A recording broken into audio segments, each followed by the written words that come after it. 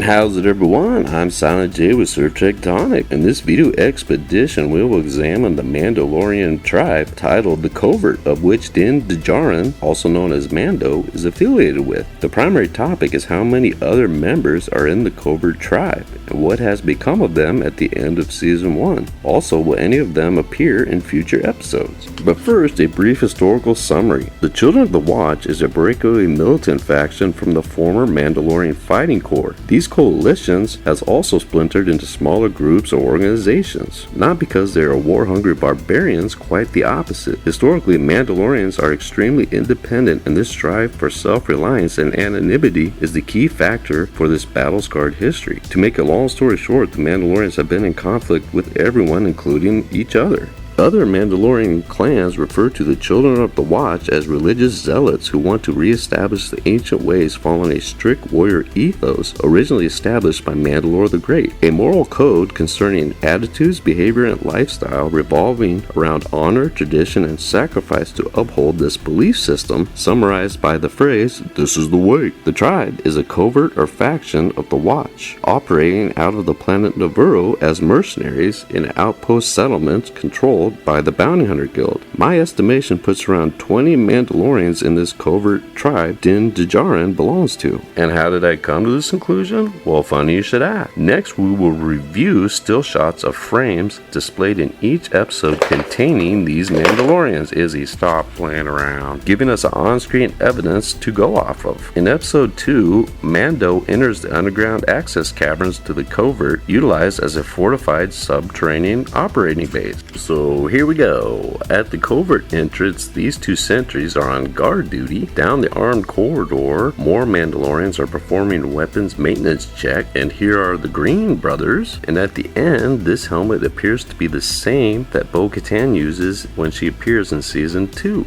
Here we have red shirt, red helmet, and Mr. Blue. Including Mando, this gives us a total of 13 identified Mandalorians from their features and the naming criteria, with at least 7 Shadow Mandos that were unidentifiable. Allowing for a margin of error, it is safe to say there is at least 15 Mandalorians present in the tribe Covert.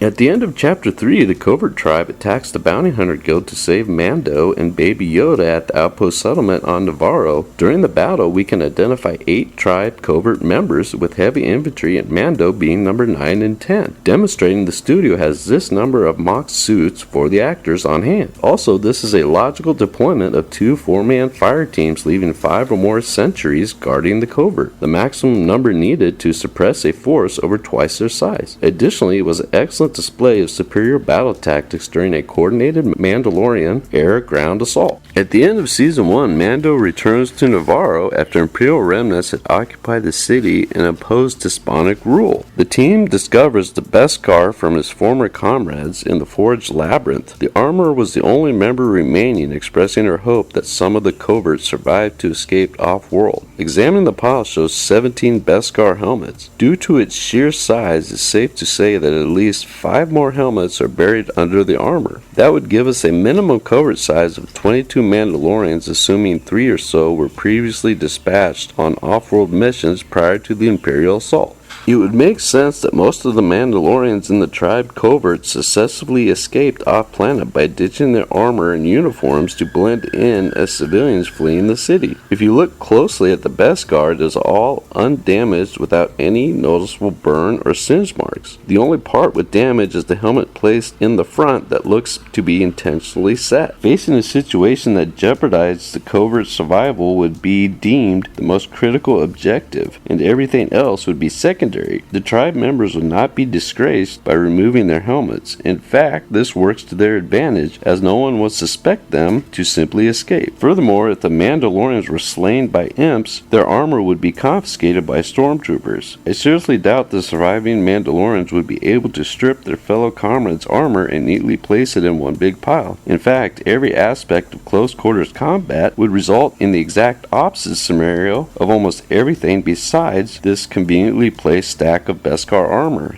With all the on-screen evidence we covered, my conclusion is the Covert tribe consisted of 25 Mandalorians, of which 8 perished during the Imperial assault in a diversionary action, allowing the other members to shed their armor and escape off-world. Likely the Covert regrouped, retrieving their Beskar and relocating to a new planet. Additionally, there is at least 8 Mandalorian prop suits for the show, and they are not cheap for a studio to create, so it would make sense for the production team to utilize them in a 3rd season or upcoming episodes. It would open a lot of interesting options for storytelling and world building now that Mando controls the Darksaber that would de facto place his Covert in a position of extreme influence.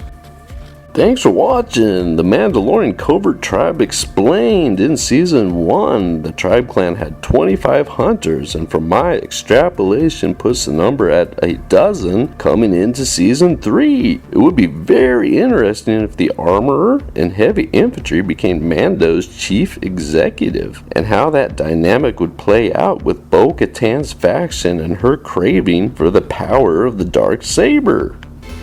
So make sure you hit the like and subscribe and all that stuff, because maybe in like 18 months I can get up to 1,000 subscribers and I'll be a cool YouTuber and I'll be monetized and you can give me super chats, stuff like that. So make sure to like subscribe to my videos and all that, share it, and yeah. 2020, the sequel, is almost over. We're passing through the magnetic field. But just when you think on the horizon is 2020, the trilogy. January 1st, live everywhere. No,